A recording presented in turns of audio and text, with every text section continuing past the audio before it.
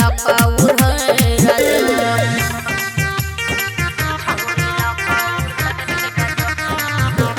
Music by DJ Umesh Shukipur बाजार।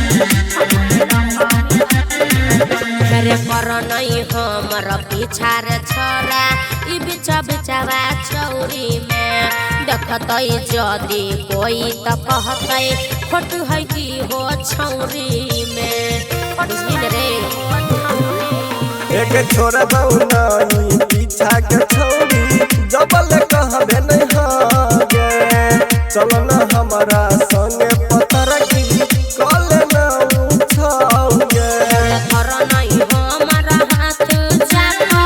चूल्ही में जर जो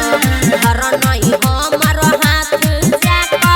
चूल्ही में जर जो हेरे आग लगल हौ देही में तो कोन छौरी लका उधर जो हेरे आग लगल हौ देही में तो कोन छौरी लके उधर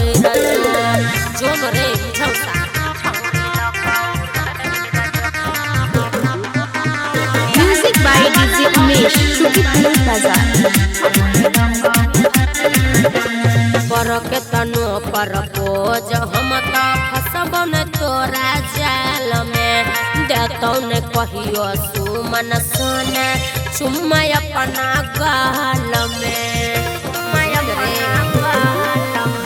कते दिन तू रखबे छौरी जवानी तो पंजगा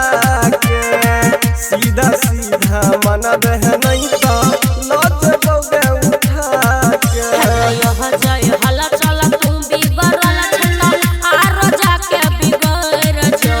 श्री प्रसाद तू बिगड़ल छता आरो जाके बिगड़ जो हेरे आग लागल हौ देहिया में त कोन छौरी लके उधर जो हेरे आग लागल हौ देहिया में त कोन छौरी लके उधर जो चल जो न रे छ